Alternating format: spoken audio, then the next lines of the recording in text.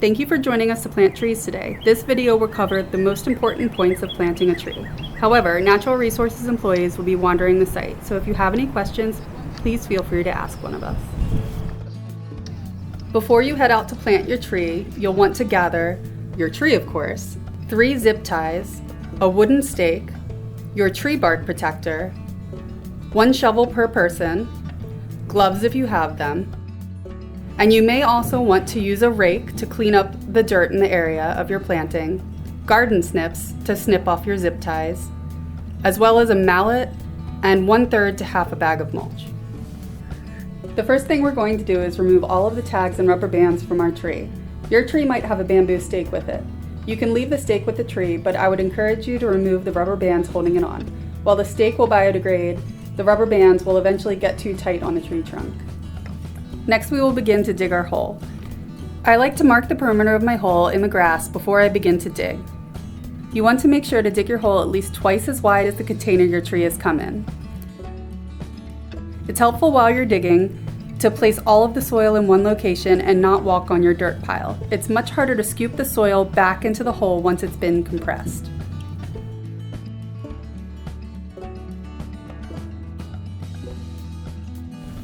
Once your hole is wide enough, you want to make sure that it's also the proper depth for your tree. To do this, we need to take our tree out of the container. This tree came out of its container nicely, but sometimes they might be stuck and need to be rolled around or pounded a bit, or even cut out of the container. If you're having a lot of trouble and you're at one of our volunteer plantings, please feel free to ask for help. So once your tree is out of the pot, place it in the hole. You want to make sure that the top of the soil holding your tree's root ball is level or slightly above the ground surrounding the hole.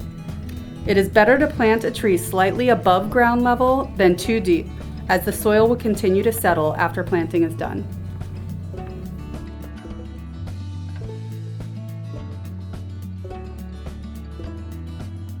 Now you can begin backfilling your hole with soil. A couple of times throughout this process, you should step on the soil to compress it. This will give your tree a solid foundation while its roots are growing. If you do not compress the soil, the tree could fall over in strong wind or snow.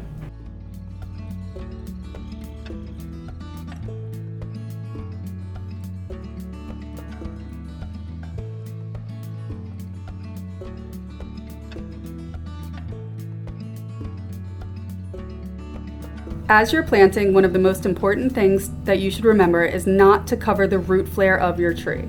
The root flare is the part of the tree where the trunk meets the roots. The tree trunk begins to widen at this point. Don't do this.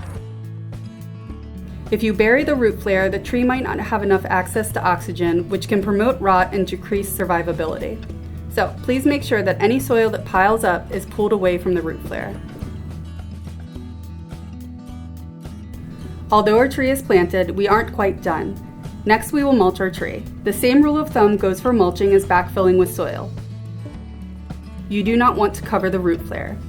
We use about 1/3 to half of a bag of mulch on each tree in a forest conservation setting. This will provide 1 to 2 inches of mulch to cover the roots of the tree out to the drip line of a young tree, or a little bit more. The drip line of the tree is the width of the tree branches. If you are planting a landscape tree, you may want to make a more elaborate mulch ring. Just make sure to keep the mulch off of the root flare.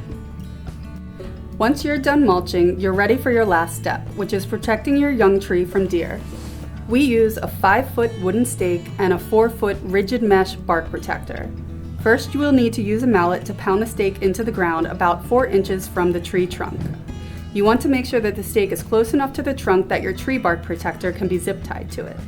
Once the stake is at least 1 foot into the ground, wrap your tree bark protector around your tree. The edges of the plastic are very rigid, so be sure to wear your gloves. You will then secure your tree bark protector to your stake using 3 zip ties at the top, middle, and bottom of your tree shelter. Be sure to thread each zip tie through both sides of the opening of your bark protector before closing the zip ties around your stake. These bark protectors will be left on for at least 4 years, if not longer. While they do not keep deer from eating reachable leaves, it will keep bucks from rubbing their antlers on the tree trunks and stripping off bark. If too much bark is stripped off of a tree, it cannot transfer nutrients and the interior of the tree will have less protection from rot and disease.